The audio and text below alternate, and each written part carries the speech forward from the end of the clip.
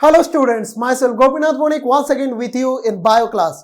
So students, first of all, how are you? I hope all of you are well.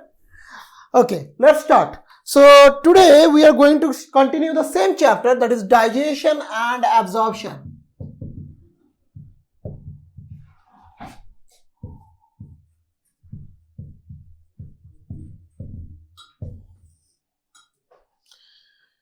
Now in digestion and absorption, till now what we have done? Till now we have done the anatomy and the histology of different parts. Here we have finished the buccal cavity, then the pharyngeal region, then the esophagus we have done, and later on the stomach and small intestine. So far we have done this much. Okay, so today we are going to see two more glands. Okay, previously we have discussed about the salivary gland. Okay, apart from the salivary gland, I told you at the beginning only that apart from the salivary gland, there are two more glands. Okay, about those also we have to learn. And those two glands are what? Those two glands are the liver and the pancreas. Okay, so here today we are going to discuss about the liver and the pancreas and their connection with the alimentary canal. Okay, now see here, after the stomach, after the stomach, the C-shaped portion of the small intestine present is called as what? It is called as the duodenum. Okay, what's the name? It's called as duodenum. Okay, now remember, to this duodenum only both the liver and the pancreas are connected. Okay, so first of all I am considering the liver. Okay, so liver is present where? Let me tell you the location of liver first. Liver is present just below the diaphragm. Okay, where it is present? It is present just below the diaphragm. Okay, on the right side of upper abdominal cavity. Okay, so this is the abdominal cavity. Here inside the abdominal cavity is present, and here the right upper side over this region the liver is present. Okay, so the location of liver is the upper abdominal cavity and just below the diaphragm. Okay, clear? Now see here the liver is present and it has two halves. Okay, primarily it has two halves or two lobes. Okay, so what are those two lobes? This is the larger right lobe. Okay, so this is the right lobe and this is the left lobe. Okay, remember the right lobe is bigger in size in respect of what? In respect of the left lobe. Okay, now the whole liver is covered by a capsule. Okay, here the whole liver is covered by a capsule, and now what is the name for it? The capsule of the liver. The liver is surrounded by a capsule. What is the name for this capsule?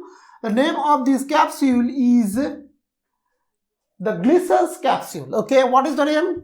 The Glison's capsule. Remember, very important name. Okay, around I think 2017 or 18 one question has come from this point. Okay, the name of the liver's capsule. Okay, that is Glison's capsule.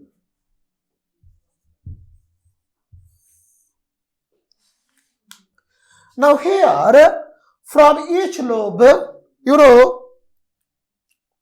one more point before that, let me tell you, the some scientist identifies two more globes over here. Okay, some scientist identified two more lobes over here. Okay, one and both are connected with the right lobe only. Okay, both are connected with what? Both are connected with the right lobe only. Okay, some scientists told us that the just below the right lobe, okay, just below the right lobe, okay, another lobe is present that is called as what? That is called as the quadrate lobe. Okay, the lobe which is present just below this one is called as the quadrate lobe. Okay,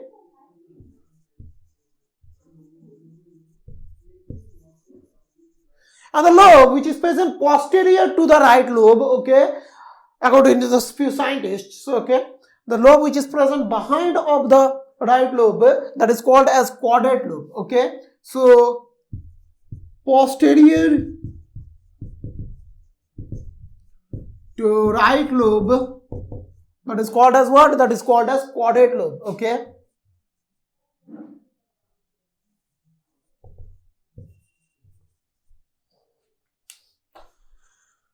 Now these are the two more lobes according to the few scientists, okay. Again, let me tell you that I told you before and also that liver is the largest gland of the body, okay. Its weight is near about 3 pounds, okay, in a mature body, in an adult body. Now, from each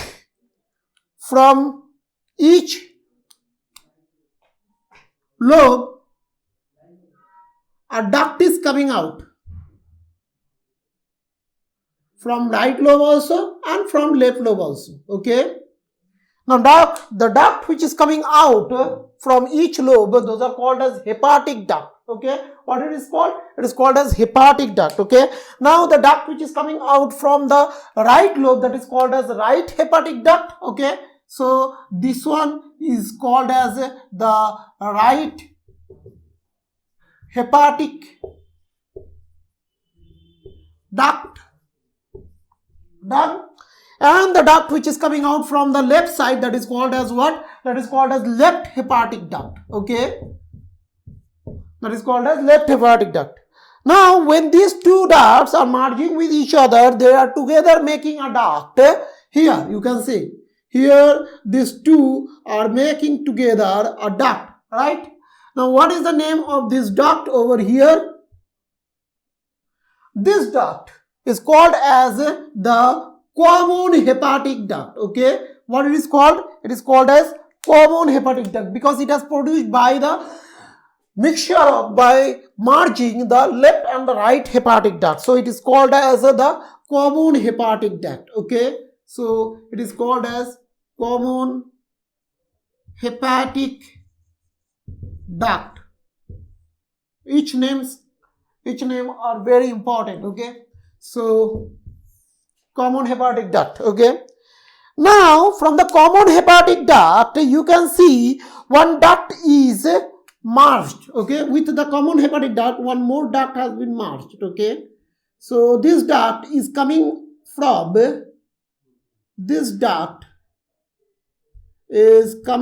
a pouch like structure over here, okay. So here a pouch like structure is present, okay. So here over here a pouch like structure is present, from where this another duct has come and merged with the common hepatic duct, okay. Now what is the name for this duct, okay? The name of this duct which is merging over here, okay, the common hepatic duct is merging with another duct which is coming from a pouch like structure. That duct is called as, first of all, cystic duct. What it is called? It is called as cystic duct, okay. And now this cystic duct is coming out from a pouch like structure. What is the name of this pouch like structure from where this duct is coming out? This pouch like structure from where this duct is coming out, okay, this pouch like structure is called as gallbladder, okay. What is it called? It's called as gallbladder, okay. Now here by merging the cystic duct with the common hepatic duct, another common duct is produced, okay, and that duct is called as what? That is called as, it is called as the common bile duct, okay. So it is called as what? It is called as common bile duct, okay.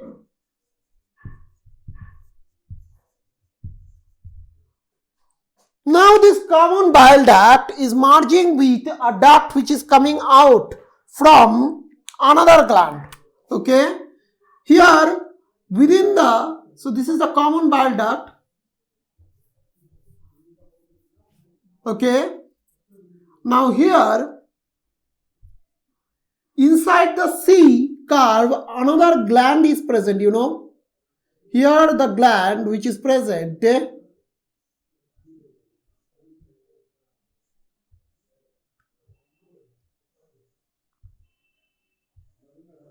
okay, here another gland is present, okay, and that duct, the common bile duct, okay, this is the common bile duct.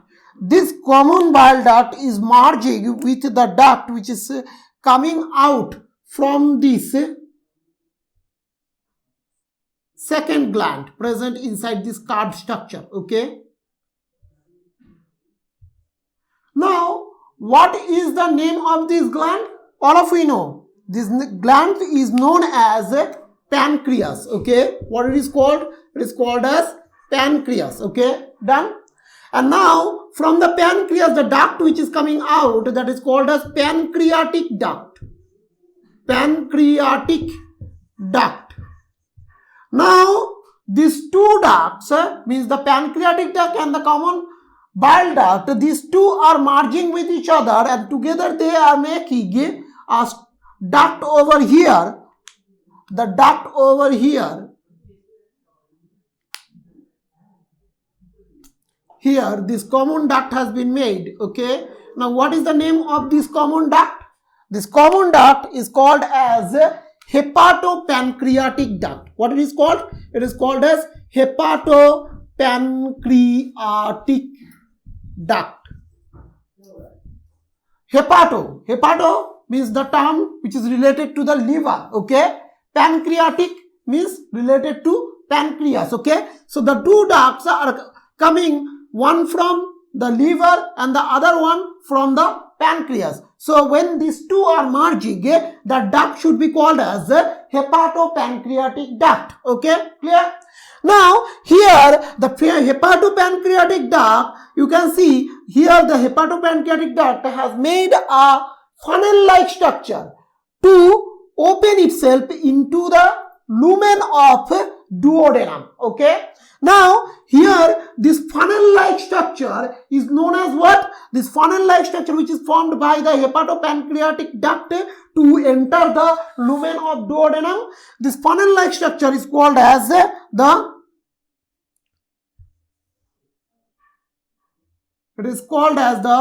hepatopancreatic ampulla, okay. What it is called? It is called as hepatopancreatic ampulla, okay.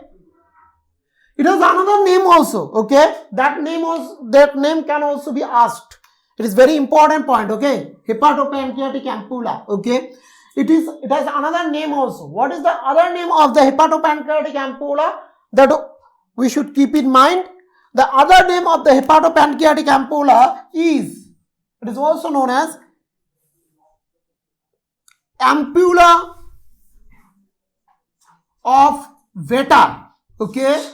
It is also called as what? Ampulla of Vetter, okay. So together these two ducts are making the hepatopancreatic duct which is coming outside, means which is coming into the lumen of the duodenum through hepatopancreatic ampulla or ampulla of Vetter, okay. Now here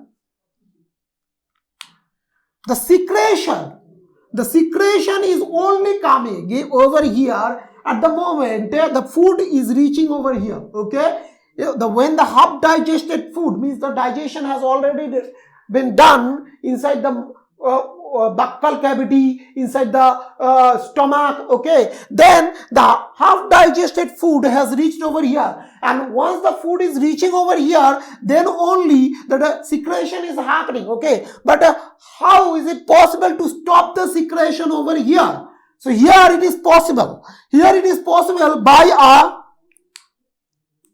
sphincter, okay, or a door-like structure over here. This door-like structure will keep this opening in the closed condition. This orifice will remain in the closed condition because of these sphincters, okay. When the food is reaching over here, these sphincters are relaxing, and at that moment only, these sphincters are opening the orifice, and at that moment only the juice can come outside. Okay, means the secretion of liver and the secretion of pancreas can come outside into the what? Into the duodenum. Okay, and here next it will help for the digestion. Now here the sphincter, which is keeping the door always in closed condition, otherwise the food is here. Okay, that those doors are called as what? Those doors are called as, remember,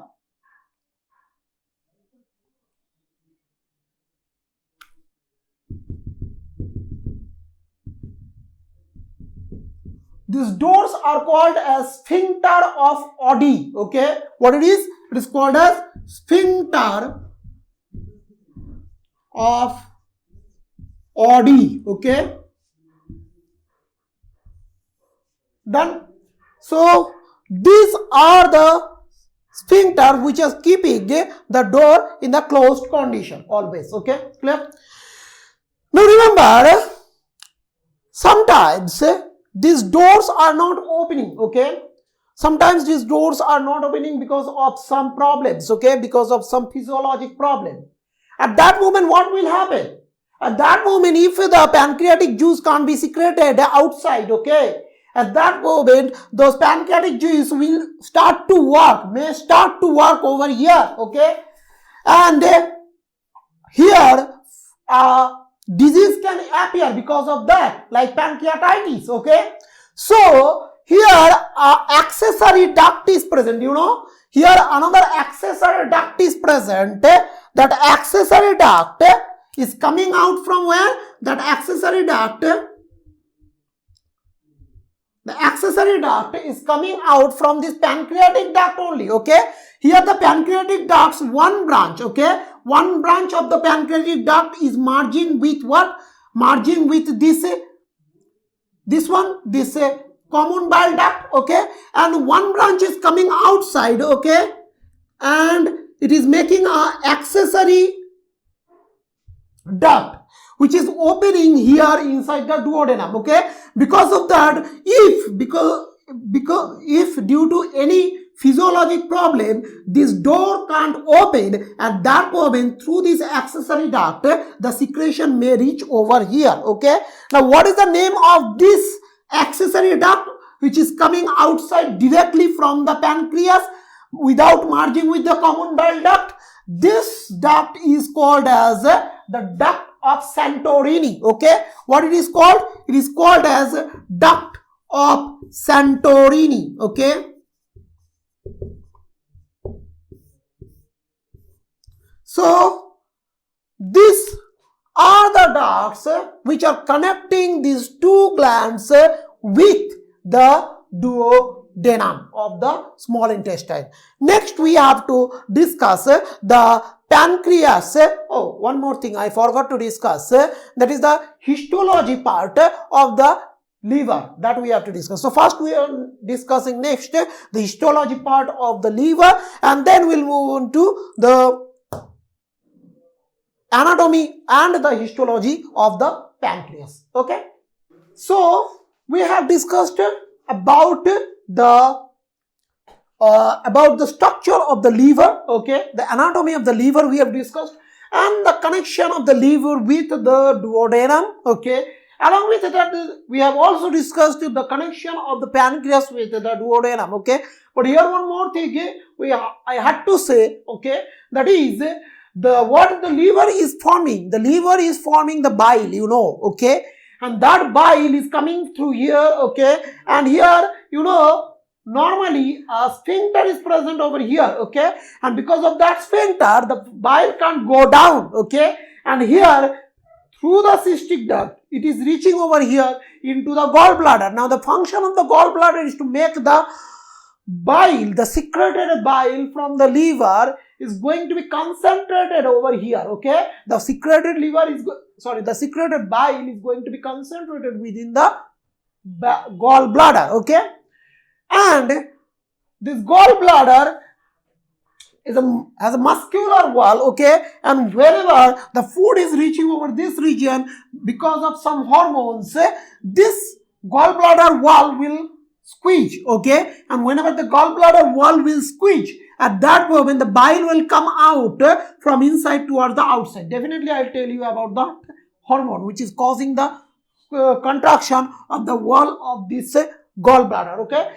Now remember, this gallbladder is 8 to 10 centimeter in length, okay, clear, and here it has three different regions. This region is called as the fundus region, okay. Next, this region is called as the body region, and this is known as the neck region, okay, clear. So these are the three portions of the gallbladder, okay. Now I am moving on to the histology of the liver.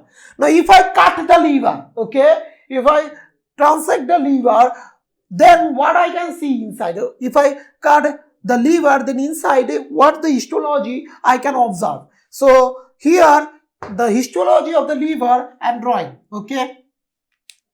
Now here the histology of the liver, okay.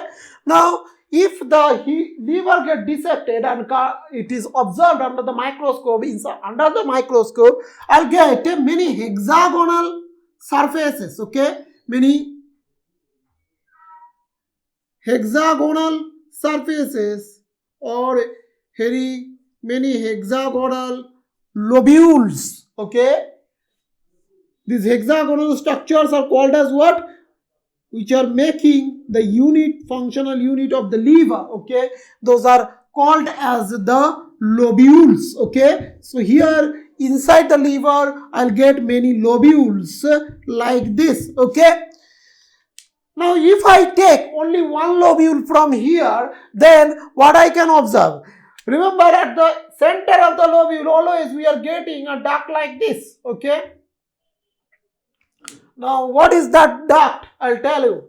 So before that, let me rub this area, otherwise I can draw the next diagram, okay. Okay, now see here, if I take only one lobule, okay, and if I observe this lobule, then what I can see? Now I am drawing the lobule from a lateral view, okay, from upper lateral view. This is completely the upper view you can observe, okay, or the top view you are observing. Now if I can see the top and the lateral view together, then what it will look like? Let's see that, okay. So here at the center, first of all, at the center a vein is present, okay, of each lobule. At the center a vein is present, okay. That vein is called as the central vein. This vein is called as central vein, okay. Now from the central vein we will observe that many cells are radiating towards the end of the hexagon, okay. So many cells are radiating from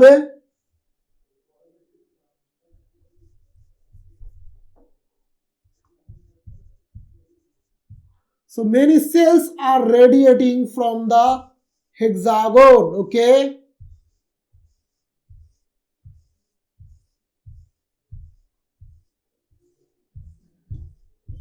So like this way, okay. This is central vein, okay.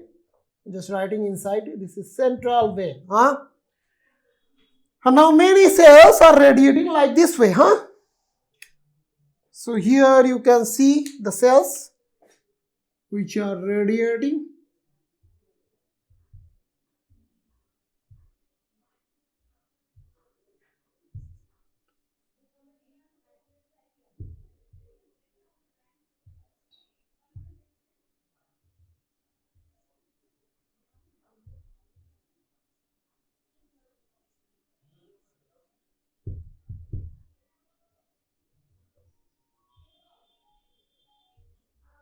So like this the cells are radiating, okay. And now a lamina of the cell has been formed, okay. You can see a lamina of the cell, okay. Now this lamina of the cells are called as what? These lamina of the cells are called as the hepatic lamina. What it is called? It is called as hepatic lamina. Okay, done. Now here like this I have drawn only one lamina like this way, which is radiating from the central vein towards the periphery, from the center to the towards the periphery it is radiating. Okay, but not only one like this, many laminas are radiating like this from the center towards the periphery of the lobule. Okay, so like this many are radiating. Okay, clear?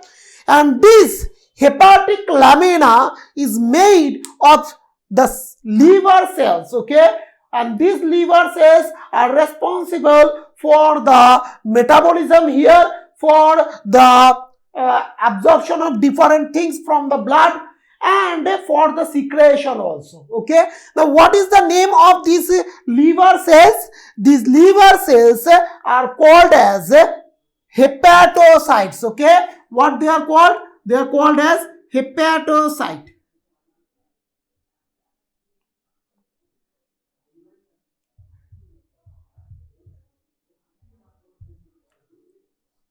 So these liver cells are called as hepatocytes.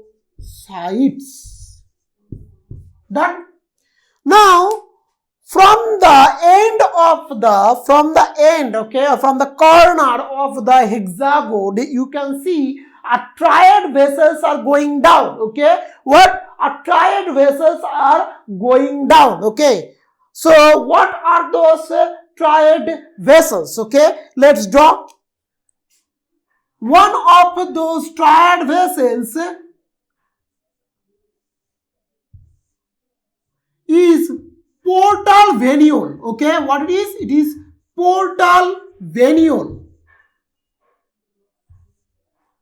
Now the second blood vessels, okay, which is running side by side of it, okay, is what?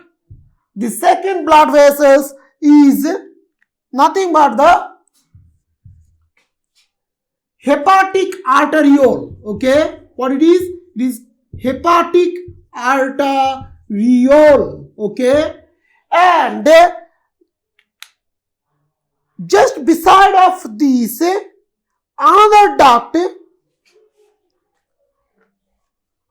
duct we can observe, and that duct is what? That duct here, another duct you can see. Okay, and what is this third duct which is completing the triad structure? This third duct is called as the bile duct. Okay, it is called as the bile duct. Now here we have to see one thing. The portal veins, it is coming from where? The portal vein is produced from, the portal venule. From where it has been produced? It has been produced from the portal vein. Now the portal vein is coming from where? The portal vein. So portal venule is produced from the portal vein, which is produced from the, which is coming from the, better to say, which is coming from where? Which is coming from the small intestine. So once inside the intestine, the absorption of the food has been done. Okay, after digestion, you know, within the intestine, within the small intestine, the absorption is happening, maximum absorption is happening because of the small intestine. Now from the small intestine, the absorbed food particles are coming through the portal vein to the liver. Okay, and these are making the portal venules over here. Okay, these portal venules, the blue one. Okay, now the hepatic artery, from where it is coming? The hepatic arteriole. The hepatic arteriole is coming from where? It is coming from the artery portion. Means see, it is containing the oxygenated blood. Okay, so the portal vein is containing the nutrient-rich blood, and the hepatic arteriole is containing the oxygen-rich blood. Remember these 2 points, very important. Okay, portal venule containing the nutrient-rich blood, and the hepatic arteriole is containing the oxygen-rich blood. Okay, now both of them means here the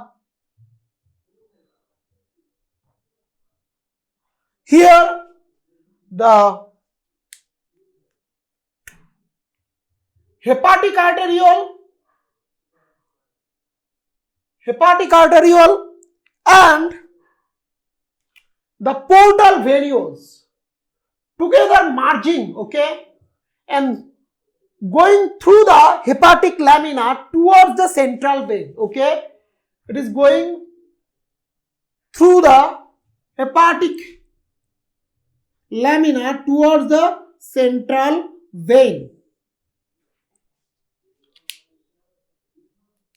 So here a big capillary structure has been formed by the both the portal venule and the hepatic arteriole. Okay, now what is the name of these structures? Like I have drawn only one over here, but like this many connections we can see from here towards the towards the central venule. Now what is the name of this connection? These connections are called as, remember, these connections are called as the sinusoid or hepatic sinusoid. Better to say hepatic sinusoids. Okay. Now what is happening in the hepatic sinusoids? The hepatic sinusoids, it will help to absorb the nutrients to the hepatocytes from the blood, okay, and it will help to absorb the oxygen also to the hepatocytes, okay, and in the meanwhile the other substances, okay, means the secretion will come to this central vein over here through these ducts. Okay, so the central vein is getting all the secretion from the hepatocytes through this blood. Okay, clear? Which is coming through the sinusoids. Okay, clear? So this is the function of the sinusoids. Now after absorbing the nutrients from the blood or oxygen from the blood, then the hepatocytes are utilizing those. Okay, here most of the drugs or toxins, okay, which we are taking, okay, like different drugs we are taking with sometimes, okay, sometimes where with food some toxins may go, okay, along with the nutrients after the digestion that is getting absorbed, okay, all these things with the blood is reaching over here and through the sinusoids it will be absorbed into the hepatocyte. Okay, so liver is the place where everything is going to be absorbed first or everything is going to be scanned first. Okay, and that's why if we are taking any toxic substance for the long duration, okay, at that moment the liver get affected for the first time. Okay, see, whenever if you see an alcoholic person, okay, who is taking alcohol for the long period, okay, in those kind of persons, what is happening? We can see the liver cirrhosis is happening. The liver get affected at the beginning. Okay, why it is happening? Because after the absorption, the alcohol with the blood, it is reaching over here inside the liver, and here those things will be scanned. Okay, so the liver get affected for the first time. Okay, so first of all the alcohol is reaching over here, alcohol will be absorbed over here, and with time the alcohol will start to degenerate the liver. Okay, clear? So that's why the liver get affected in such cases. Okay, clear? So here by this means we can see that how the substances are reaching over here and how they are going to be absorbed. And next, from these cells the secretions, different other substances will be secreted, sometimes glucose, okay, some other substances which are produced inside the liver, some hormones also. So those are coming inside over here, inside the sinusoid, and from here the central vein, and through the central vein, that is going to the central vein is connected directly to what? here 1, 2, 3, 4, many central veins, okay. So all these central veins ultimately are connected to hepatic vein, okay, and through the hepatic vein it is connected to vena cava, okay, and through vena cava it can again circulate throughout the body, okay. Now remember one more thing, here the cells, these hepatocytes are producing what? Bile, okay, and these biles after the production it is coming to the bile duct. Where it is coming? It is coming to the bile duct. Now here the bile duct is connected directly to this hepatocyte through some cannular structure, okay. Those cannular structures are called as respectively bile canaliculi and bile ductules, okay. Bile canaliculi and bile ductules helps to pour the produced bile from here to the bile duct, okay. So these names just keep in mind, okay. Bile canaliculi and later on the bile ductule, okay. Bile canaliculi is present between the two cells, okay. If I draw this structure over here, then how does it look like? Let's see. I'm just drawing its a small figure. So this is two hepatocyte thing, okay. Now sorry, these are two hepatocyte, okay. Now in between the two hepatocyte a group like structure is present, okay. A group like structure is present, okay. Now this group like structure, through this group like structure a canal is coming out, and that canal is what? Bile canaliculi, okay. And many bile canaliculi are connected from here and they are together making what? A duct that is called as bile ductule, okay. And all these bile ductules are coming from inside toward the outside. You can see from here, if you observe, then just beside of it other liver cells are also present, okay. Here also the liver cells are present, okay. Here also the liver cell is present. So here you can see that here also the bile canaliculi are present, okay. Now all these bile canaliculi are connecting with what? All these bile canaliculi are connected to the bile ductule, okay. And like this way, after collecting the biles from each bile canaliculi, okay, the bile ductule is coming outside from inside towards the outside, and ultimately it is merging with the bile duct, and the bile duct is coming outside with those collected biles, okay, clear. So by this mean the bile is collected from the hepatocyte, first of all bile canaliculi, then to bile ductule, then to bile ducts, okay. And all these bile ducts ultimately are making what? Right and left what? Hepatic duct, okay. So after the histology of the liver, next we have to learn about the anatomy and the histology of what? Histology of pancreas, okay. Now if we see the pancreas, okay, I am drawing the pancreas separately over here, okay. So here the pancreas, what we are getting here, the pancreas head region is present within the C curve of the duodenum, right?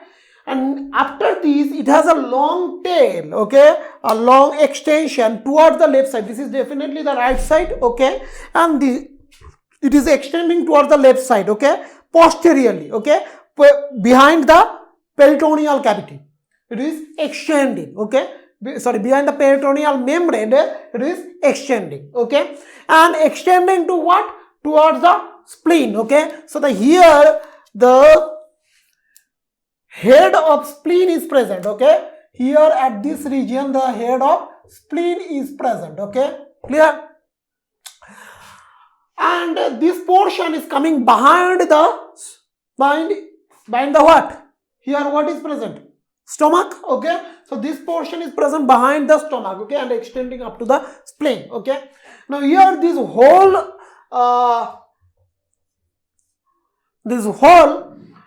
pancreas can be divided into three different parts. One is its head region, okay, one is its body region, okay, and one is its tail region, okay.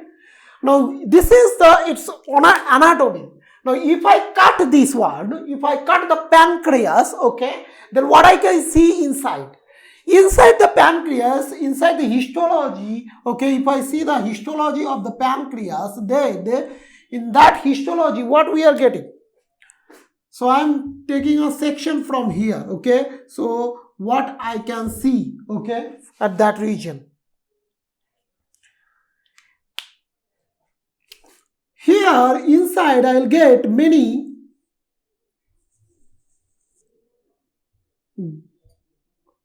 grape-like extensions, okay, of the pancreatic, main pancreatic ducts, branches of main pancreatic duct, okay. So this is the grape-like extension of the branches of main pancreatic duct, okay. So think this is the main pancreatic duct, okay, and here this is the extension of it, okay, and here the branches of the main pancreatic duct. So here also the branches are present, okay. So here at the end of the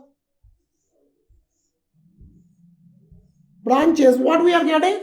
At the end of the branches, here is the branches of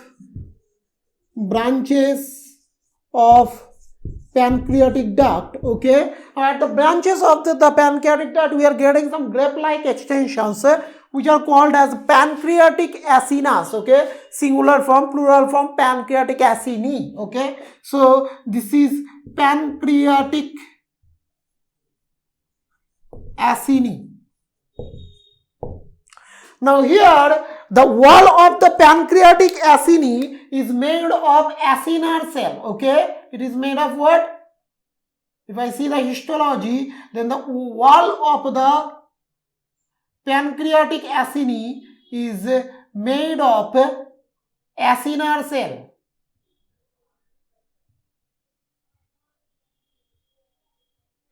Done? So these cells are what? These are the acinar cell. Done?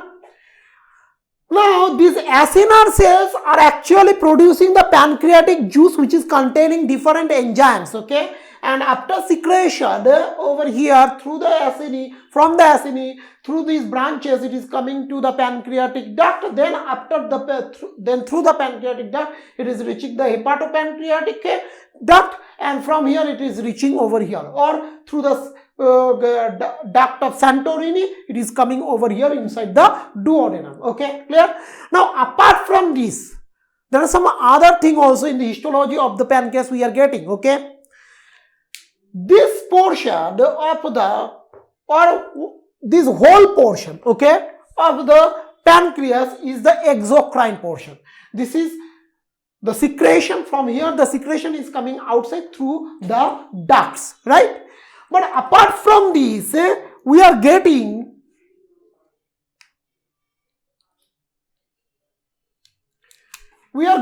some endocrine part of the pancreas also, okay, which is not connected to any duct, okay, and the secretion is from here.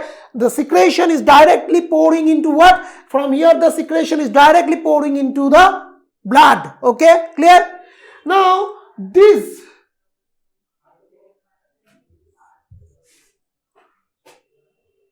endocrine portion of the pancreas is called as what? This endocrine portion of the pancreas is called as islets of Langerhans, okay, islets of Langerhans. Now in the islets of Langerhans, we are getting primarily three types of cell, but if you see the older type, then you will get 4 types of cell, okay. Now what are those cells? Over here we are getting, first of all, alpha cell, which is secreting the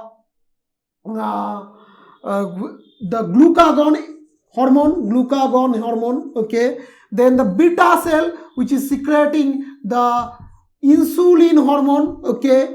Then the delta cell, okay, which is secreting the somatostatin hormone, okay, somatostatin, and the F cell, okay.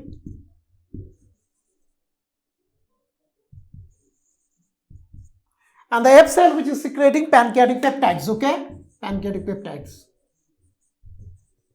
So these are the 4 different cells what we are getting over here, okay, where in the islets of Langerhans, okay.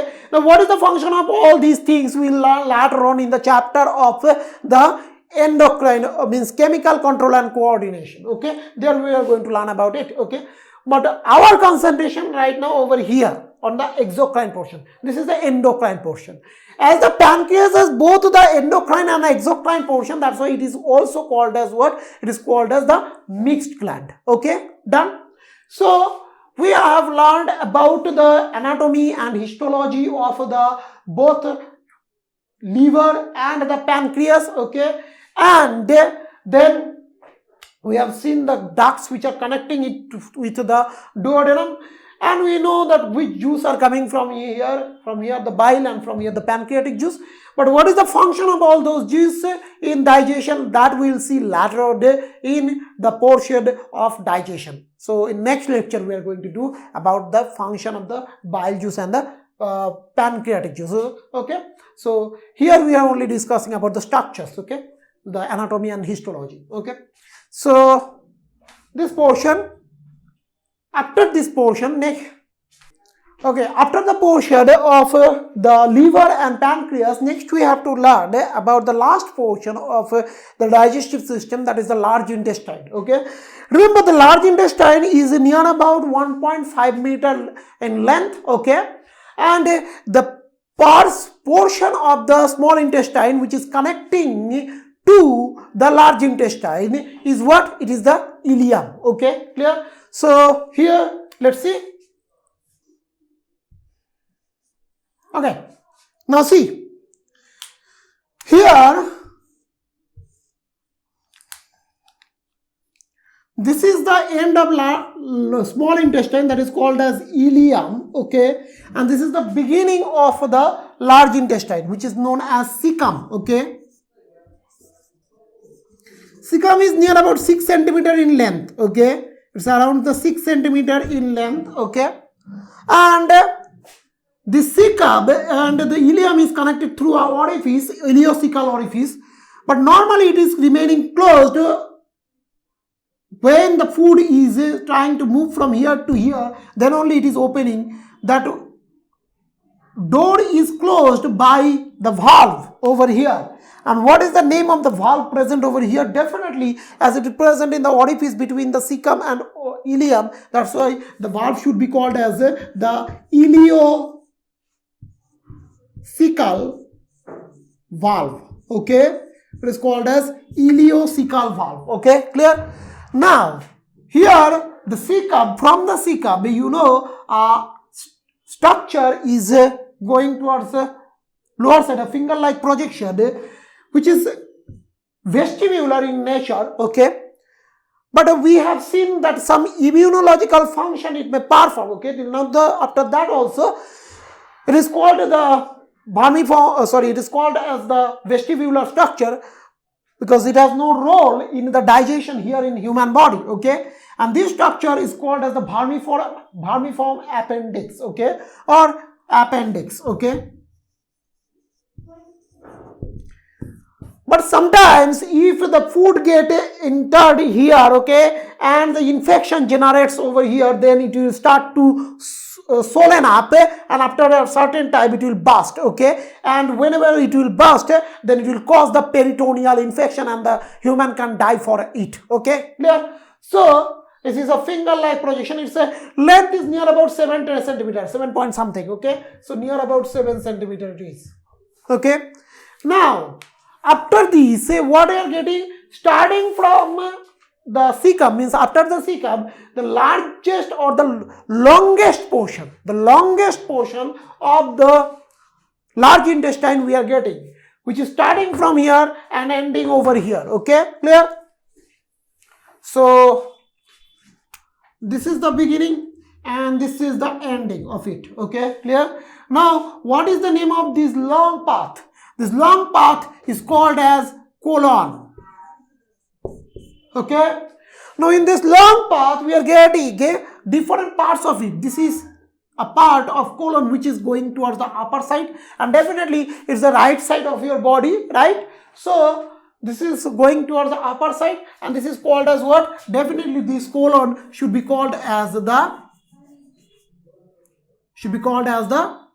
ascending colon, okay, because it is going towards the upper side, okay, ascending colon, okay. Now from the right side of your body, the colon is going to the left side, okay, clear? And as it is transversely crossing the body, so it is called as transverse colon, okay. So this is the transverse colon, okay.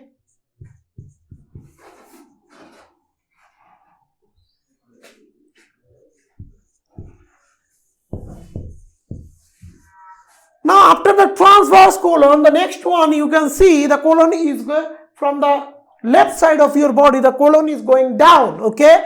Now here this colon is called as the descending colon, okay.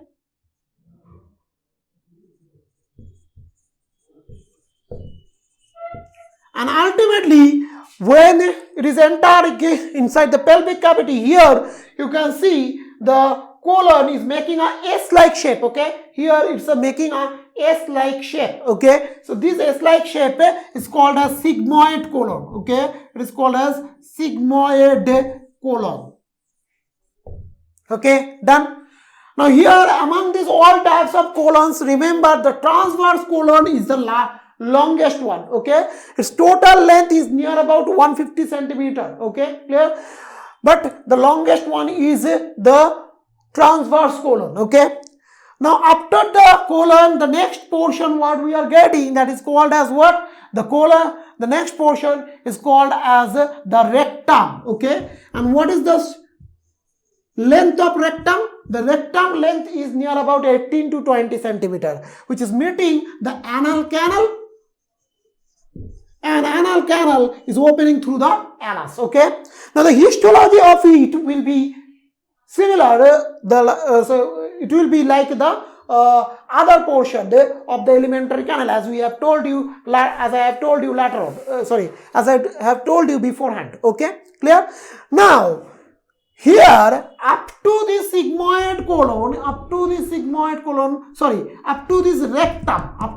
rectum, here inside the mucosa layer we are getting columnar epithelium. What we are getting? Columnar epithelium.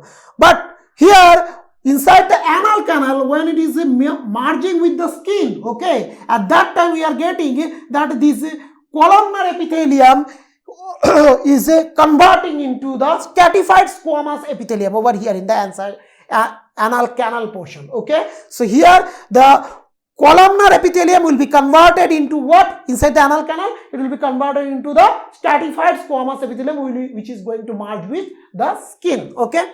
Now here throughout the structure you are getting many chamber like structure. What is the name of these chambers? These chambers are known as hostra, okay. What is it called? Each chamber is called as hostra, okay. Plural from hostra, definitely, okay. And along the length we are getting a muscular band, okay. Along the length of it we are getting a muscular band, okay. What is the name of this muscular band? Which is going through its length, this muscular band structure is helping to make the hostra or chamber like structure is here, okay. Now what is the name of this? It is known as tinea coli, okay. What it is called? It is called as tinea coli.